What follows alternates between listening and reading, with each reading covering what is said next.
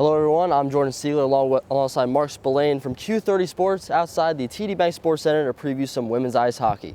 So Mark, last year the women's ice hockey team lost in 3 games to St. Lawrence in the ECAC playoffs. They come back this year, they lose goaltender Victoria Vigilante. How can they adjust with the changes? Well, Victoria Vigilante was one of the best Bobcats goaltenders in history, but to fill in her shoes, they've got 2 very good goaltenders, one in Chelsea Lading going into her junior year. She should get the bulk of the starts, but you can't sleep on Sydney Rossman, who's a freshman coming in, a very highly touted freshman. She should get some starts of her own. They both played in their first exhibition game, and I expect them to kind of share the starting role over the course of the year, with Layden leading the way, and I think the 2 of them combined should do just a fine job replacing Victoria Vigilante. Now, we just talked about some of the players that they lost. Let's talk about some returning players. The Bobcats do return Kelly Babstock this season. How does that impact them going into the year?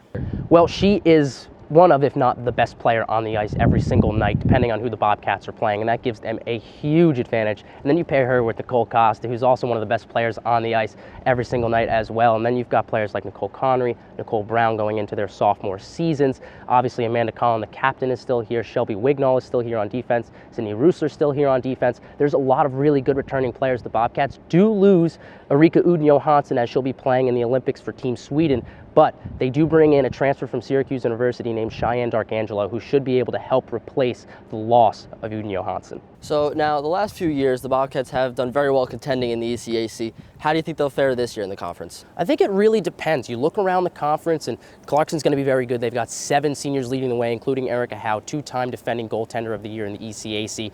She's going to be nearly impossible to get pucks past. Cornell's going to be very good. They lose Brianne Jenner, 2013 ECAC Player of the Year, but they have a lot of people coming back, including Lauren Slobodnik. That's their goaltender. She's very good. They're going to be good as always. Harvard loses Jillian Dempsey, but they bring back a couple other top-notch scorers. They're going to be good. And Quinnipiac, we've talked about them. They're going to compete. I really think it's going to come down to those 4 teams on the year. Clarkson's probably the team to beat, but there's no reason Quinnipiac can't challenge them for a potential championship.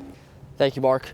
Now, don't forget to follow us on Twitter at Q30 Sports and check us out on YouTube at youtube.com/user/Q30TV. For Mark Spillane, I'm Jordan Siegler from Q30 Sports. We'll see you next time.